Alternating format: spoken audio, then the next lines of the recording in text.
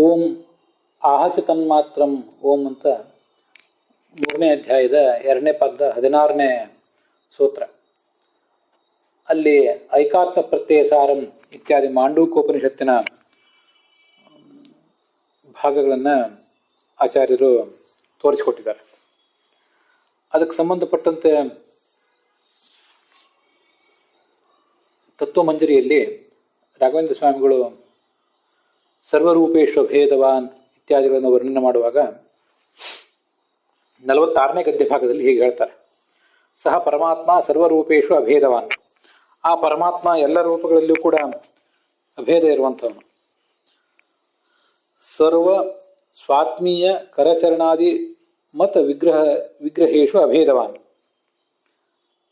ತನ್ನ ಅನೇಕಾನೇಕ ರೂಪಗಳೇನಿವೆ, ಕರಚರಣಾದಿಗಳುಳ್ಳಂತಹ ರೂಪಗಳು, ಆ ಎಲ್ಲ ರೂಪಗಳಿಂದಲೂ ಅವನಿಗೆ ಅಭೇದವೇ ಇದೆ.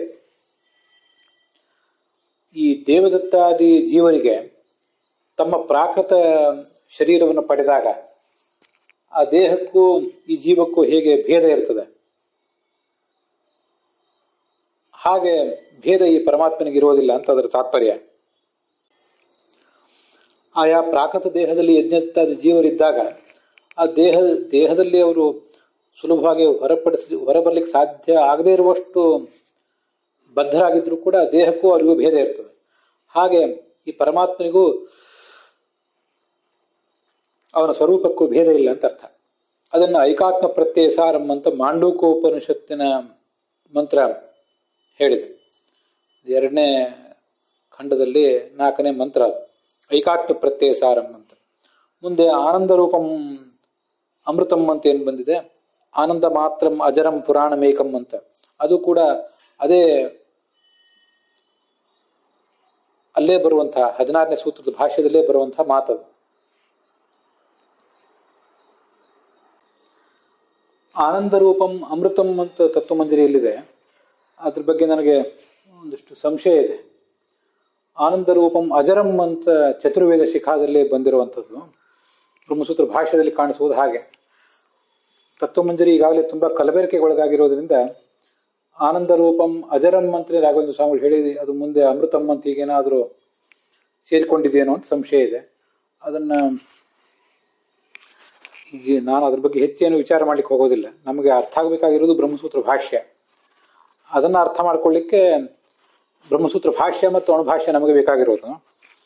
ಅದನ್ನು ಅರ್ಥ ಮಾಡ್ಕೊಳ್ಳಿಕ್ಕೆ ಎಷ್ಟು ತತ್ವಮಂಜರಿ ಸಾಕೋ ಅಷ್ಟು ಸಾಕು. ಬ್ರಹ್ಮಸೂತ್ರಗಳಲ್ಲಿ ಬ್ರಹ್ಮಸೂತ್ರ ಭಾಷ್ಯದಲ್ಲಿ ಏನಾದರೂ ಇಂಥ ಕಲಬೆರಕೆಗಳಿದ್ರೆ ಅದನ್ನು ವಿಚಾರ ಮಾಡಬೇಕು. ಟಿಪ್ಪಣಿಗಳಲ್ಲಿಯೂ ಬಂದಿರುವಂಥ ಕಲಬೆರಕೆಗಳನ್ನು ನಾವು ವಿಚಾರ ಮಾಡ್ತಾ ಕೂತ್ರೆ ಅದು ಪ್ರಾಯ ಕೊನೆಗಾಣುವ ಕೆಲಸ ಅಲ್ಲ. ಇಲ್ಲಿ ಅದಕ್ಕೆ ಅರ್ಥ ಏನಂತ ನೋಡೋಣ. ಐಕಾತ್ಮ ಪ್ರತ್ಯಯ ಸಾರಂ. ಸಾರ ಅಂದರೆ ಸ್ವರೂಪ, ಭಗವಂತನ ಸ್ವರೂಪ ಅಂತ ಅರ್ಥ. ಅಲ್ಲಿ ಐಕಾತ್ಮ್ಯ ಅಂದರೆ ಪ್ರಧಾನ, ಪರಿಪೂರ್ಣ ಅಂತ ಅರ್ಥ. ಹೀಗೆ ಐಕಾತ್ಮ್ಯ ಅನ್ನುವುದಕ್ಕೆ ಪ್ರಧಾನತೆ ಮತ್ತು ಪರಿಪೂರ್ಣತೆ ಅಂತ ಅರ್ಥ. ಪ್ರತ್ಯಯ ಅಂದರೆ ಜ್ಞಾನ ಅಂತ ಅರ್ಥ. ಹೀಗೆ ಪರಿಪೂರ್ಣವಾದ ಜ್ಞಾನ ಸ್ವರೂಪವಾದ ದೇಹವುಳ್ಳವನು ಅಂತ ಹೀಗೆ ಅದಕ್ಕೆ ಅರ್ಥ ಬರ್ತದೆ. ಮಾಂಡೂಕೋಪನಿಷತ್ನಲ್ಲಿ ಏಕಂ ಪ್ರಧಾನ ಉದ್ದಿಷ್ಟ, ಏಕ ಅಂದರೆ ಪ್ರಧಾನ, ಆತ್ಮ ಅಂದರೆ ಪರಿಪೂರ್ಣ ಅಂತ ಅರ್ಥ. ಹೀಗೆ ಭಾಷ್ಯದಲ್ಲಿ ಅದನ್ನು ಹೇಳಿದ್ದಾರೆ. ತದೇವ ಅಸ್ಯ ಸ್ವರೂಪಂಯತ ಐಕಾತ್ಮ್ಯಂ ತೇನ ಕೀರ್ತಿತಂ. ಆದ್ದರಿಂದ ಆತನನ್ನು ಐಕಾತ್ಮ್ಯ ಅಂತ ವರ್ಣನೆ ಮಾಡ್ತಾರೆ.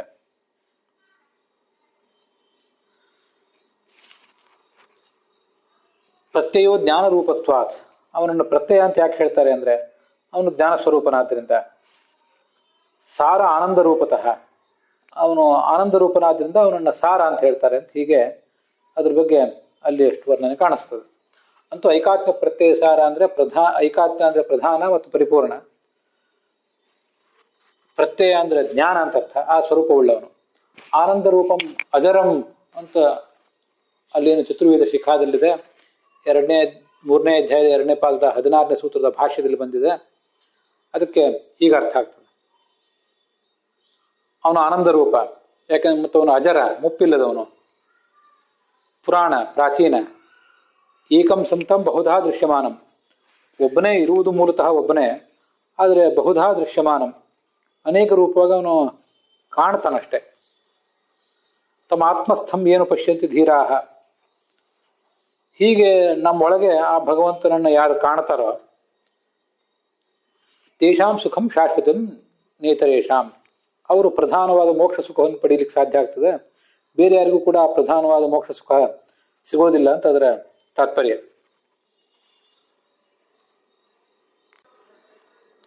ಇತ್ಯಾದಿ ಶ್ರುತಿ ಸ್ಮೃತಿಭ್ಯ ರಾಯರು ಹೇಳ್ತಾರೆ. ಜ್ಞಾನಾನಂದಾಧ್ಯಾತ್ಮಕ ಈಶ್ವರ ತಾದಾತ್ಮ್ಯನ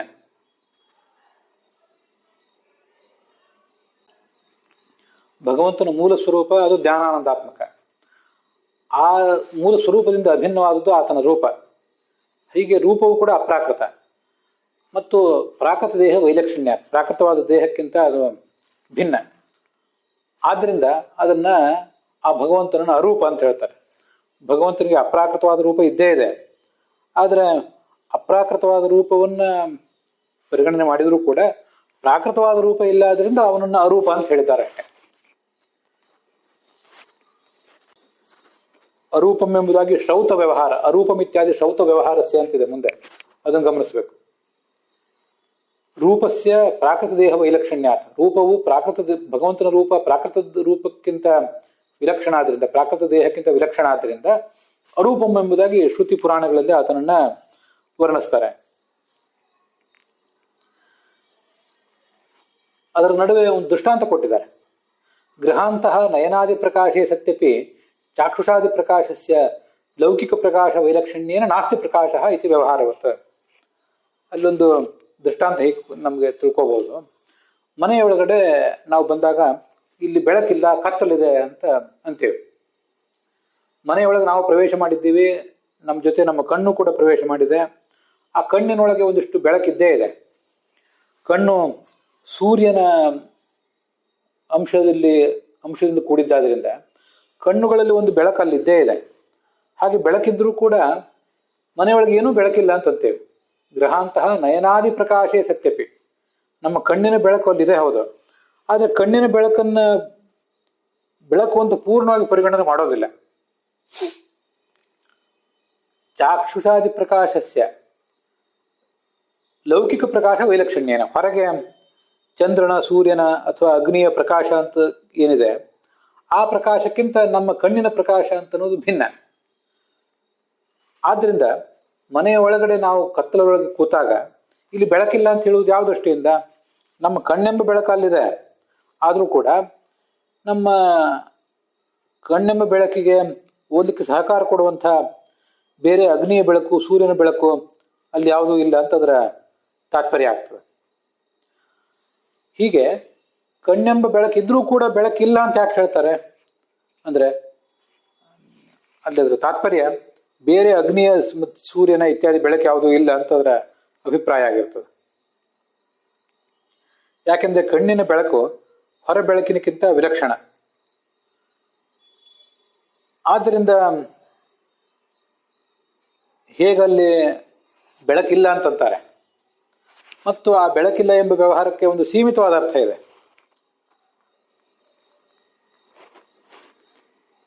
ಒಟ್ಟಾರೆ ಬೆಳಕೇ ಇಲ್ಲ ಅಂತ ಅರ್ಥ ಅಲ್ಲ. ನಮಗೆ ಚೆನ್ನಾಗಿ ಓದಲಿಕ್ಕೆ, ವಸ್ತುಗಳನ್ನು ನೋಡ್ಲಿಕ್ಕೆ ಬೇಕಾದಂಥ ಸೂರ್ಯನ, ಚಂದ್ರನ ಅಥವಾ ಯಾವುದೇ ಅಗ್ನಿಯ ಬೆಳಕಲ್ಲಿಲ್ಲ ಅಂತ ಹೀಗೆ ಅರ್ಥ. ಅದಕ್ಕೆ ಯಾವುದೇ ಬೆಳಕಿಲ್ಲ ಅಂತ ಅರ್ಥ ಅಲ್ಲ. ಕಣ್ಣಿನ ಬೆಳಕಲ್ಲಿರುವುದು ಅನುಭವ ಸಿದ್ಧ ಆಗಿದೆ. ಆದರೆ ಕಣ್ಣಿನ ಬೆಳಕನ್ನ ಒಂದು ದೃಷ್ಟಿಯಿಂದ ಬೆಳಕು ಅಂತ ಪರಿಗಣನೆ ಮಾಡಿಲ್ಲ. ಯಾಕೆಂದ್ರೆ ಕೇವಲ ಕಣ್ಣಿನ ಬೆಳಕಿದ್ರೆ ನಮಗದು ಓದಲಿಕ್ಕೆ ಸಾಧ್ಯ ಆಗೋದಿಲ್ಲ. ಆದ್ರಿಂದ ಅದನ್ನ ಬೆಳಕು ಅಂತ ಪರಿಗಣನೆ ಮಾಡಲಿಲ್ಲ ಅಷ್ಟೆ. ಹೊರಗಿನ ಬೆಳಕನ್ನೇ ಬೆಳಕು ಅಂತ ಪರಿಗಣನೆ ಮಾಡಿದ್ದಾರೆ. ಹಾಗೆ ಭಗವಂತನಿಗೆ ಅಪ್ರಾಕೃತವಾದಂಥ ಒಂದು ರೂಪ ಇದ್ರೂ ಕೂಡ ಅದನ್ನು ಪರಿಗಣನೆ ಮಾಡಲಿಲ್ಲ. ಯಾಕೆಂದ್ರೆ ಆ ಅಪ್ರಾಕೃತವಾದ ರೂಪ ನಮಗೆ ಕಣ್ಣಿಗೆ ಕಾಣಿಸೋದಿಲ್ಲ. ನಮಗೆ ಕಣ್ಣಿಗೆ ಕಾಣಿಸ್ಬೇಕಾದದ್ದು ಪ್ರಾಕೃತವಾದಂಥ ಹೊರಗಿನ ರೂಪ ಮಾತ್ರ. ಆದ್ರಿಂದ ಭಗವಂತನಿಗೆ ಅಪ್ರಾಕೃತವಾದ ಜ್ಞಾನಾನಂದಾತ್ಮಕವಾದಂಥ ದೇಹ ಇದ್ರೂ ಕೂಡ ಅವನನ್ನ ಅರೂಪ ಅಂತ ಶಾಸ್ತ್ರ ಹೇಳುವುದು. ಯಾಕೆಂದ್ರೆ ನಿಮಗೆ, ಹುಲುಮಾನವರಾದಂಥ ನಿಮಗೆ, ಸಾಧನೆಯನ್ನು ಮಾಡದೇ ಇರುವಂಥ ನಿಮಗೆ ಕಾಣಿಸ್ಲಿಕ್ಕೆ ಬೇಕಾದಂತಹ ಪ್ರಾಕೃತವಾದ ರೂಪ ಅವನಿಗಿಲ್ಲ ಅಂತ ಹೀಗೆ ಅರ್ಥ ಅದಕ್ಕೆ. ಅದು ಹೇಗೋ ಇದನ್ನು ದೃಷ್ಟಾಂತವನ್ನಾಗಿಟ್ಕೊಂಡು ಭಗವಂತನ ರೂಪಕ್ಕೂ ಕೂಡ ದೃಷ್ಟಾಂತ ಕೊಟ್ಟಿದ್ದಾರೆ. ಮತ್ತೆ ಅಪ್ರಾಕೃತ ರೂಪವತ್ವೇನ ಅನಿತ್ಯತ್ವ ಅಪ್ರಸಂಗಶ್ಚ ಉಪಪತ್ತಿ, ಪ್ರಸಂಗಸ್ಯ ಚ ಉಪಪತ್ತಿ. ಪ್ರಾಕೃತವಾದ ರೂಪ ಇದ್ರೆ ಆತ ಅನಿತ್ಯ ಆಗಬೇಕು, ಅಪ್ರಾಕೃತವಾದ ರೂಪ ಇದ್ರೆ ಆತ ಅನಿತ್ಯ ಆಗುವ ಪ್ರಸಂಗ ಏನೂ ಇಲ್ಲ. ರೂಪ ಇದ್ದು ಮಾತ್ರ ಅನಿತ್ಯ ಆಗಬೇಕು ಅಂತ ವ್ಯಾಪ್ತಿ ಇಲ್ಲ. ಅಪ್ರಾಕೃತವಾದ ರೂಪ ಇದ್ರೆ, ಅಪ್ರಾಕೃತವಾದ ದೇಹ ಇದ್ರೆ ಅನಿತ್ಯ ಆಗಬೇಕು ಅಂತ ನಿಯಮ ಅಷ್ಟೆ. ಅದರಿಂದ ಇವನಿಗಿರುವುದು ಅಪ್ರಾಕೃತ ರೂಪ, ಆದ್ರಿಂದ ಭಗವಂತ ಅನಿತ್ಯ ಆಗಬೇಕಾದಿತ್ತು ಅಂತ ಹಿಂದೆ ನಾವು ನೋಡಿದ ಕೆಲವು ಆಪತ್ತಿಗಳಿಗೂ ಕೂಡ ಯಾವುದೇ ಅರ್ಥ ಇಲ್ಲ ಅಂತ ತಾತ್ಪರ್ಯ. ಕುತಃ ಏತಾದಶ ರೂಪವತ್ವಂ ಹರೇಹೇ, ಭಗವಂತನಿಗೆ ಇಂಥ ರೂಪಗಳನ್ನು ನಾವು ಯಾಕೆ ಒಪ್ಪಬೇಕು ಅಂತ ಒಂದು ಪ್ರಶ್ನೆ ಬರ್ತದೆ ನಮಗೆ. ಯಾಕೆಂದ್ರೆ ಲೋಕೆ ಸರ್ವರೂಪಾಣ ಪ್ರಕೃತ್ಯಾಧ್ಯಾತ್ಮಕತ್ವಾತ್, ಜಗತ್ತಿನಲ್ಲಿ ನಾವು ನೋಡುವಂಥ ರೂಪಗಳೆಲ್ಲವೂ ಕೂಡ ಪ್ರಾಕೃತವಾದದ್ದೇ ಕಂಡಿದೆ. ಅದರಿಂದ ಅಪ್ರಾಕೃತವಾದ ರೂಪ ಎಲ್ಲಿದೆ ಈ ಜಗತ್ತಿನಲ್ಲಿ ಅಂದ್ರೆ ಸರ್ವದೇಶೇಶು ಕಾಲೇಶು ಸಏಕಃ ಪರಮೇಶ್ವರ, ಸರ್ವದೇಶೇಶು ಕಾಲೇಶು ಸಏಕಃ ಪರಮೇಶ್ವರ. ಪ್ರಕೃತ್ಯಾದಿ ಸರ್ವ ಸ್ವಾಮಿ, ಪ್ರಕೃತಿ ಮೊದಲಾದ ಸರ್ವಕ್ಕೂ ಕೂಡ ಅವನು ಸ್ವಾಮಿಯಾಗಿದ್ದಾನೆ, ಅಧಿಪತಿಯಾಗಿದ್ದಾನೆ ಅಂತ ಅದರ ತಾತ್ಪರ್ಯ. ಅದರ ಅರ್ಥವನ್ನು ಹೀಗೆ ವಿವರಿಸ್ತಾರೆ. ಸರ್ವರೂಪಾಣಂ ಲೋಕೆ ಪ್ರಕೃತ್ಯಾಧ್ಯಾತ್ಮಕತ್ವೇಪಿ, ಜಗತ್ತಿನಲ್ಲಿ ನಾವು ನೋಡುವಂತಹ ಎಲ್ಲ ರೂಪಗಳು ಕೂಡ ಪ್ರಾಕೃತವಾದ ರೂಪಗಳೇ ಆದರೂ ಕೂಡ ಹರೇಹೇ ಪ್ರಕೃತಿ ಭೂತಾದಿ ಸರ್ವ ಈಶ್ವರತ್ವಾತ್, ಈ ಭಗವಂತ ಅವನು ಪ್ರಕೃತಿ ಮೊದಲಾದ ಎಲ್ಲದಕ್ಕೂ ಕೂಡ ಅಧಿಪತಿಯಾಗಿದ್ದಾನೆ.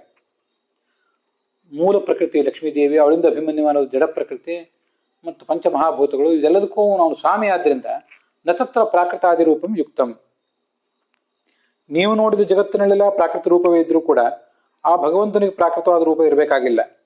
ಯಾಕೆಂದ್ರೆ ಅವನು ಪ್ರಕೃತಿಯ ಹಿಡಿತವನ್ನು ಮೀರಿದವನು, ಪ್ರಕೃತಿಯ ಹಿಡಿತ ಮೀರಿದವನಾದ್ರಿಂದ ಅವನಿಗೆ ಪ್ರಾಕೃತ ರೂಪ ಇರಬೇಕಾಗಿಲ್ಲ. ಅಪ್ರಾಕೃತವಾದ ರೂಪವೇ ಅವನಲ್ಲಿ ಇರ್ತದೆ. ಅದರ ಮೂಲಕವೇ ಆತ ಜ್ಞಾನ ದೃಷ್ಟಿಗೆ ಗೋಚರನಾಗ್ತಾನೆ ಅಂತ ಅದರ ತಾತ್ಪರ್ಯ. ಸ್ವಾಧೀನೇನ ಸ್ವಾತ್ಮಬಂಧನ ಅಭಾವಾದಿತ್ಯರ್ಥ ಇತಿ ಭಾವ ಅಂತಾರೆ ರಾಘವೇಂದ್ರ ಸ್ವಾಮಿಗಳು. ನಮಗೆ ಯಾರು ಅಧೀನರಲ್ವೋ, ನಮ್ಮನ್ನು ಯಾರು ಹತೋಟಿಯಲ್ಲಿ ಇಟ್ಕೊಂಡಿದ್ದಾರೋ ಅವರು ನಮ್ಮನ್ನು ಬಂಧಿಸಬಹುದು. ಆದರೆ ಯಾರು ನಮ್ಮ ಅಧೀನದಲ್ಲೇ ಇದ್ದಾರೋ, ನಮ್ಗಿಂತ ಕೆಳಗಿನವರಾಗಿದ್ದಾರೋ ಅವರು ನಮ್ಮನ್ನು ಬಂಧಿಸುವುದು ಸಾಧ್ಯ ಇಲ್ಲ. ಜಗತ್ತಿನಲ್ಲಿದು ನಮ್ಗೆ ಗೊತ್ತಿದೆ. ಹಾಗೆ ಭಗವಂತನಿಗೆ ಅಂದ್ರೆ ಭಗವಂತ, ಅವನಿಗೆ ಅಧೀನವಾದ ಪ್ರಕೃತಿ ಮತ್ತು ಪಂಚಮಹಾಭೂತಗಳು ಅವನನ್ನು ಬಂಧಿಸುವುದು ಸಾಧ್ಯ ಇಲ್ಲ. ಕ್ವಾಪಿ ಕದಾಪಿ ಎಲ್ಲಿಯೂ ಕೂಡ ಕಿಂಚಿದಪಿ ರೂಪಂ ಸ್ವಾತ್ಮನಾ ಭಿನ್ನಂ ನ. ಭಗವಂತನಿಗೆ ಅನಂತ ರೂಪಗಳಿವೆ, ಅನಂತ ಅವತಾರಗಳನ್ನು ತಾಳಿದ್ದಾನೆ.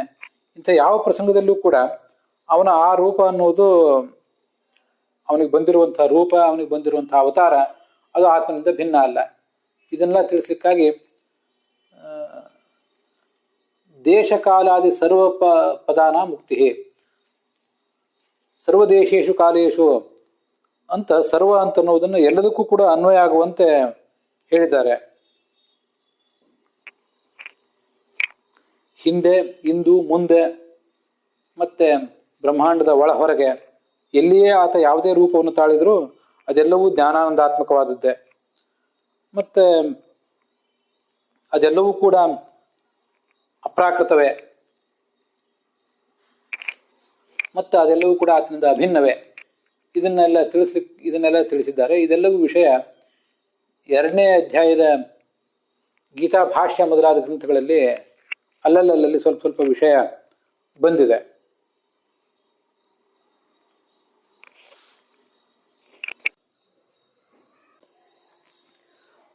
ಎರಡನೇ ಅಧ್ಯಾಯದ ಗೀತಾ ಭಾಷ್ಯದಲ್ಲಿ ಈ ಎಲ್ಲ ಸಂಗತಿಗಳನ್ನು ಹೇಳಿದ್ದಾರೆ ಅಂತ ರಾಘವೇಂದ್ರ ಸ್ವಾಮಿಗಳು ಅಂದ್ರಲ್ಲ, ಅವರು ಯಾವ ಶ್ಲೋಕದ 2ನೇ ಅಧ್ಯಾಯ ಸರಿ, ಯಾವ ಶ್ಲೋಕದ ಅಭಿಪ್ರಾಯ ಇಟ್ಕೊಂಡು ಹಾಗೆ ಹೇಳಿದ್ರು ಅಂತ ನಮಗೆ ಗೊತ್ತಾಗೋದಿಲ್ಲ. ಆದರೂ ರಾಘವೇಂದ್ರ ಸ್ವಾಮಿಗಳು ಹೇಳಿದ್ದನ್ನು ಹೀಗೆ ಸ್ವಲ್ಪ ನೋಡೋಣ. ಗೀತಾ ತಾತ್ಪರ್ಯದಲ್ಲಿ ಹೀಗೊಂದು ಶ್ಲೋಕ ನಮ್ಗೆ ಕಾಣಿಸ್ತದೆ. ಅದು ಗೀತೆಯ 12ನೇ ಅಧ್ಯಾಯದ 12ನೇ ಶ್ಲೋಕ, ನತ್ವೇವಾಹಂ ಜಾತು ನಾಸಂ ಅಂತ. ಅದರ ವ್ಯಾಖ್ಯಾನ ಮಾಡುವಾಗ ತಾತ್ಪರ್ಯದಲ್ಲಿ ಆಚಾರ್ಯರು ಒಂದು ಶ್ಲೋಕ ಹೇಳ್ತಾರೆ, ಸ್ಕಂದ ಪುರಾಣದ. ಸ್ವದೇಹ ಯೋಗ ವಿಗಮ ನಾಮ ಜನ್ಮ ಮೃತಿ ಪುರ ಇಷ್ಯೇತೆ ಹ್ಯೇವ ಜೀವಸ್ಯ ಮುಕ್ತೇ ನತು ಹರೇ ಕ್ವಚಿತ್ ಅಂತ. ಜೀವನಿಗೆ ಸಂಸಾರದಲ್ಲಿ ಬಂಧನ ಇದೆ, ಮತ್ತು ಅವನಿಗೆ ಮುಕ್ತಿ ಆಗೋದು. ಹೀಗೆ ಬಂಧನ ಮತ್ತು ಮುಕ್ತಿ ಇವೆರಡೂ ಇರೋದು ಈ ಜೀವನಿಗೆ.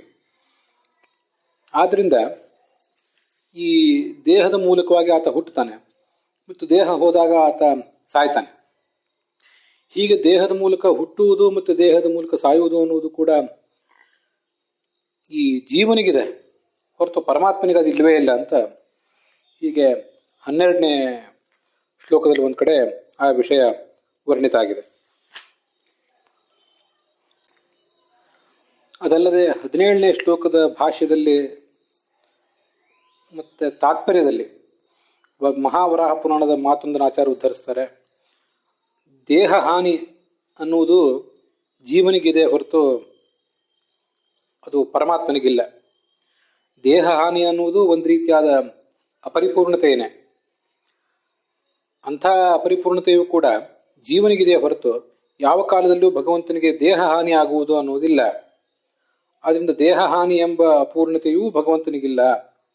ಚತುರ್ವಿಧ ನಾಶರಹಿತ ಆತ ಅಂತ ಅಲ್ಲಿ ಒಂದು ಕಡೆ ವರ್ಣಿಸಿದ್ದಾರೆ. ಹೀಗಿದಿಷ್ಟು ರಾಘವೇಂದ್ರ ಸ್ವಾಮಿಗಳ ಅಭಿಪ್ರಾಯ ಅಂತ ನಾವು ಭಾವಿಸಬಹುದು. ಅದರ ನಂತರ ಅತಯೇವ ಚೋಪಮ ಸೂರ್ಯಕಾದೇವತು ಅಂತ, ಇದು ಆ 3ನೇ ಅಧ್ಯಾಯದ 2ನೇ ಪಾದದ 18ನೇ ಸೂತ್ರ. ಅದರ ಹಿನ್ನೆಲೆಯಿಂದ ರಾಘವೇಂದ್ರ ಸ್ವಾಮಿಗಳು 47ನೇ ಗದ್ಯ ಭಾಗದಲ್ಲಿ ಹೇಳ್ತಾರೆ, ಈ ಈಶ್ವರ ರೂಪಗಳೆಲ್ಲವೂ ಕೂಡ, ಈಶ್ವರ ರೂಪಗಳಾದಂತಹ ಮತ್ಸ್ಯ ವರಾಹ ಮೊದಲಾದ ರೂಪಗಳಿವೆಯಲ್ಲ, ಅವೆಲ್ಲವೂ ಕೂಡ ಈಶ್ವರನಿಂದ ಅಭಿನ್ನ ಅಂತ ನೀವು ಪ್ರತಿಪಾದನೆ ಮಾಡಿದ್ರಿ. ಹಾಗಾದಾಗ ಒಂದು ಸಮಸ್ಯೆ ಎದುರಿಸಬೇಕಾಗ್ತದೆ ಅಂತಾರೆ.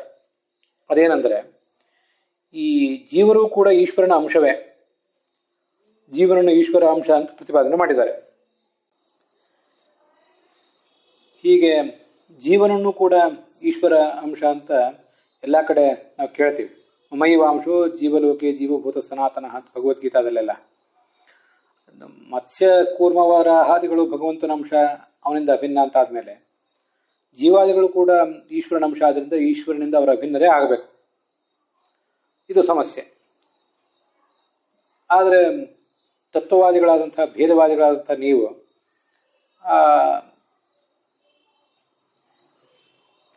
ಜೀವನನ್ನ ಈಶ್ವರನ ಅಂಶ ಅಂತ ಒಪ್ಪಿ ಆತನಿಂದ ಅಭಿನ್ನ ಅಂತ ಒಪ್ತೀರಾ ಅಂತ ಅಲ್ಲಿ ಪ್ರಶ್ನೆ. ಅದಕ್ಕೆ ನಾವು ಹೇಳ್ಬೋದು, ನಚ ಪೃಥಕ್ ಉಪದೇಶಾದಿತಿ ಜೀವೇಶ್ವರ, ಜೀವನಿಗೂ ಪರಮಾತ್ಮನಿಗೂ ಅಭೇದವನ್ನು ಹೇಗೆ ಒಪ್ಪೋದು? ಯಾಕಂದರೆ ಪೃಥಕ್ ಉಪದೇಶಾತ್ ಇತ್ಯಾದಿ ಬ್ರಹ್ಮಸೂತ್ರಗಳಲ್ಲಿ ಜೀವರಿಗೂ ಈಶ್ವರನಿಗೂ ಭೇದವನ್ನೇ ಹೇಳಿದಾರಲ್ಲ ಅಂತ ಒಂದು ಪ್ರಶ್ನೆ ಬರಬಹುದು. ಅದೇನು ದೊಡ್ಡ ವಿಷಯ ಅಲ್ಲ ಅಂತಾರೆ ಪ್ರಶ್ನೆ ಮಾಡೋರು. ಏನು ತಾತ್ಪರ್ಯ ಅಂದರೆ, ಸರ್ವಜೀವ ಸಮುದಾಯಸ್ಯ ಈಶತ್ವೇನ, ಸಮಸ್ತ ಜೀವರು ಕೂಡ ಎಲ್ಲರೂ ಕೂಡ ಈಶ್ವರೇ ಆಗಿದ್ದಾರೆ. ಆದ್ದರಿಂದ ಏಕೈಕ ಜೀವಸ್ಯ ಈಶ್ವರೇಣ ಭೇದಾಭೇದಾತ್, ಒಬ್ಬೊಬ್ಬ ಜೀವನಿಗೂ ಕೂಡ ಪರಮಾತ್ಮನಿಂದ ನಾವು ಅಭೇದವನ್ನೇ ಒಪ್ಪೋಣ. ಹೀಗೆ ಜೀವರೆಲ್ಲರೂ ಕೂಡ ಈಶ್ವರೂ ಆಗಿದ್ದಾರೆ, ಆದ್ದರಿಂದ ಆತನಿಂದ ಅಭಿನ್ನರೂ ಆಗಿದ್ದಾರೆ. ಪೃಥಕ್ ಉಪದೇಶಾತ್ ಎಂಬ ಸೂತ್ರ ಇತ್ಯಾದಿಗಳಿಗನುಸಾರವಾಗಿ ಭೇದವನ್ನು ಕೂಡ ಒಪ್ಪೋಣ. ಹೀಗೆ ಭೇದವೂ ಅಭೇದವೂ ಎರಡೂ ಕೂಡ ಏಕಕಾಲದಲ್ಲಿದೆ, ಒಪ್ಪಬಾರದು ಯಾಕೆ ಹಾಗೆ ಅಂತ ಒಂದು ಪ್ರಶ್ನೆ ಬರ್ತದೆ. ಅದ್ವೈತದಲ್ಲೇ ಭಾಸ್ಕರಾದ್ವೈತ ಅಂತ ಒಂದು ಏನು ಅದ್ವೈತ ಇದೆ, ಅವರು ಭೇದಾಭೇದವನ್ನೇ ಒಪ್ತಾರೆ. ಸ್ವಾಭಾವಿಕವಾಗಿ ಜೀವರಿಗೂ ಪರಮಾತ್ಮರಿಗೂ ಅಭೇದವೇ ಇದೆ. ಆದರೆ ಈಗ ಸತ್ಯವಾದ ಅಂತಃಕರಣ ಮೊದಲಾದ ಉಪಾಧಿಗಳ ಮೂಲಕ ಸತ್ಯವಾದಂತಹ ಭೇದವೇ ಈ ಜೀವ ಮತ್ತು ಪರಮಾತ್ಮರಿಗೆ ಬಂದಿದೆ ಅಂತ ಅವರು ಸ್ವೀಕಾರ ಮಾಡ್ತಾರೆ. ಅದರಿಂದ ಭೇದಾಭೇದವನ್ನು ಯಾಕೆ ಪರಮಾತ್ಮನಿಗೆ ಹೇಳಬಾರ್ದು? ಭೇದಾಭೇದವನ್ನು ಒಪ್ಪೋಣ. ಭೇದಾ ಭೇದಾಭೇದಾತ್ ಅಭೇದೇಪಿ ಭೇದ ಅವಿರೋಧಾತ್, ಅಭೇದ ಇದ್ದರೂ ಕೂಡ ಭೇದವೂ ಇದ್ದೇ ಇದೆ. ಇತ್ಯತಃ ಪ್ರಾಪ್ತಂ. ಈ ಒಂದು ಪ್ರಶ್ನೆಗೆ ಉತ್ತರ ರೂಪವಾಗಿ ಈ ಅತಯೇವ ಚೋಪಮ ಸೂರ್ಯಕಾದೇವತ ಅನ್ನುವಂಥ ಸೂತ್ರ ಹೊರಟಿದೆ.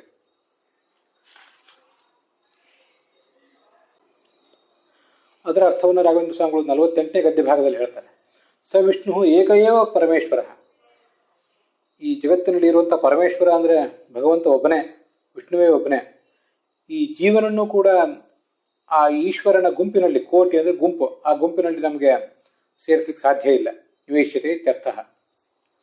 ಮತ್ತೆ ಈ ಜೀವನನ ನೀವು ಈಶ್ವರ ಅಂತ ಪರಿಗಣಿಸದೆ ಹೋದರೆ ಅವನ ಅಂಶ ಅನ್ನುವುದು ಹೇಗೆ ಅಂತ ಪ್ರಶ್ನೆ ಬಂದರೆ, ಅಂಶತ್ವಂತೂ ಭೇದೇನೈವ, ಭೇದ ಇದ್ರೂ ಕೂಡ ಅಂಶ ಆಗಲಿಕ್ಕೆ ಏನು ತೊಂದರೆ ಇಲ್ಲ.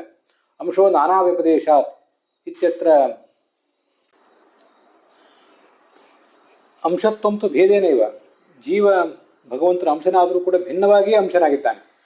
ಅದು ಅಂಶೋ ನಾನಾ ವ್ಯಪದೇಶಾತ್ ಅನ್ನುವಂಥ ಸೂತ್ರದಲ್ಲಿ ದ್ವಿತೀಯೇ ವ್ಯಾಖ್ಯಾತಮಿತಿ ಭಾವ. ದ್ವಿತೀಯ ಅಂದರೆ 2ನೇ ಅಧ್ಯಾಯದಲ್ಲಿ 3ನೇ ಪಾದದ 43ನೇ ಸೂತ್ರದಲ್ಲಿ ಈ ವಿಷಯ ಬಂದಿದೆ ಅಂತ ರಾಘವೇಂದ್ರ ಸ್ವಾಮಿಗಳು ಅದನ್ನು ನೆನಪಿಸ್ಕೊಡ್ತಾ ಇದ್ದಾರೆ. ಅಲ್ಲಿ ಈ ಅಂಶರು 2 ಥರದ ಅಂಶರಿದ್ದಾರೆ. ಒಂದು ಭಿನ್ನಾಂಶ, ಮತ್ತೊಂದು ಅಭಿನ್ನಾಂಶ, ಹೀಗೆಲ್ಲ ವರ್ಣನೆ ಮಾಡಿದ್ದಾರೆ. ಮುಂದೆ ಅಲ್ಲೇ 50ನೇ ಸೂತ್ರ ಆಭಾಸ ಏವಚ ಅನ್ನೋ ಸೂತ್ರದಲ್ಲಿ 2 ಥರದ ಅಂಶಗಳಿವೆ ಭಗವಂತನಿಗೆ ಅಂತ ಒಂದು ಪುರಾಣ ವಾಕ್ಯವನ್ನು ಕೂಡ ಆಚಾರ್ಯ ಉತ್ತರಿಸ್ತಾರೆ. ಒಂದು ಪ್ರತಿಬಿಂಬಾಂಶ, ಮತ್ತೊಂದು ಸ್ವರೂಪಾಂಶ ಅಂತ. ಪ್ರತಿಬಿಂಬಾಂಶರು ಅಂದರೆ ಈ ಬಿಂಬನಾದ ಭಗವಂತನಿಗೆ ಜೀವರು ಪ್ರತಿಬಿಂಬಾಂಶರು, ಅವರು ಭಿನ್ನಾಂಶರು. ಮತ್ತು ಸ್ವರೂಪಾಂಶ ಅಂದರೆ ರಾಮಕೃಷ್ಣಾದಿ ರೂಪಗಳು ಆ ಭಗವಂತನಿಗೆ ಸ್ವರೂಪಾಂಶರು ಅಂತ ಹೀಗೆಲ್ಲ ವರ್ಣನೆ ಮಾಡಿದ್ದಾರೆ.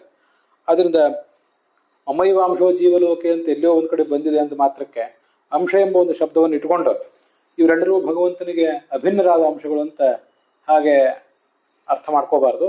ಅವರೆಲ್ಲರೂ ಕೂಡ ಭಿನ್ನಾಂಶರು ಅಂತ ಅದರ ತಾತ್ಪರ್ಯ. ಆ ಸೂತ್ರದ ಅರ್ಥ ಹೀಗಾಗ್ತದೆ. ಈ ಜೀವ ಅತಯೇವ ಅಂದರೆ ಬ್ರಹ್ಮನಿಗಿಂತ ಭಿನ್ನನಾದ್ರಿಂದ, ಬ್ರಹ್ಮನ ಅಧೀನನಾದ್ರಿಂದ ಮತ್ತು ಬ್ರಹ್ಮನ ಸದೃಶ ಆಗೋದ್ರಿಂದ ಅವನು ಸೂರ್ಯನಿಗೆ, ಈ ಸೂರ್ಯನ ಪ್ರತಿಬಿಂಬ ಅನ್ನೋದು ಸೂರ್ಯನಿಗೆ ಸದೃಶ ಹೇಗಾಗಿರ್ತದೋ ಹಾಗೆ ಜೀವನು ಕೂಡ ಭಗವಂತನಿಗೆ ಸದೃಶನಾಗಿದ್ದಾನೆ.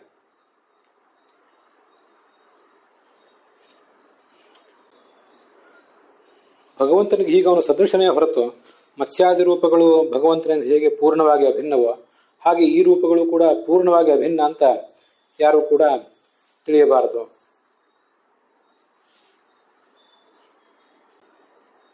ಸೂರ್ಯಕ ಅಂದರೆ ಸೂರ್ಯನ ಪ್ರತಿಬಿಂಬ. ಸೂರ್ಯನ ಪ್ರತಿಬಿಂಬ ಅಂತನ್ನುವುದು ಸೂರ್ಯನಿಗಿಂತ ಭಿನ್ನವೇ. ನೆಲದಲ್ಲಿ ಅಥವಾ ಕನ್ನಡಿಯಲ್ಲಿ ಕಾಣುವಂಥ ಆ ಸೂರ್ಯನ ಒಂದು ಪ್ರತಿಬಿಂಬ ಅದು ಆ ಮೂಲ ಸೂರ್ಯನಿಗಿಂತ ಭಿನ್ನ. ಹಾಗೆ ಜೀವನು ಕೂಡ ಪ್ರತಿಬಿಂಬನಾದ್ದರಿಂದ ಈಶ್ವರನಿಗಿಂತ ಭಿನ್ನವೇ ಅದು.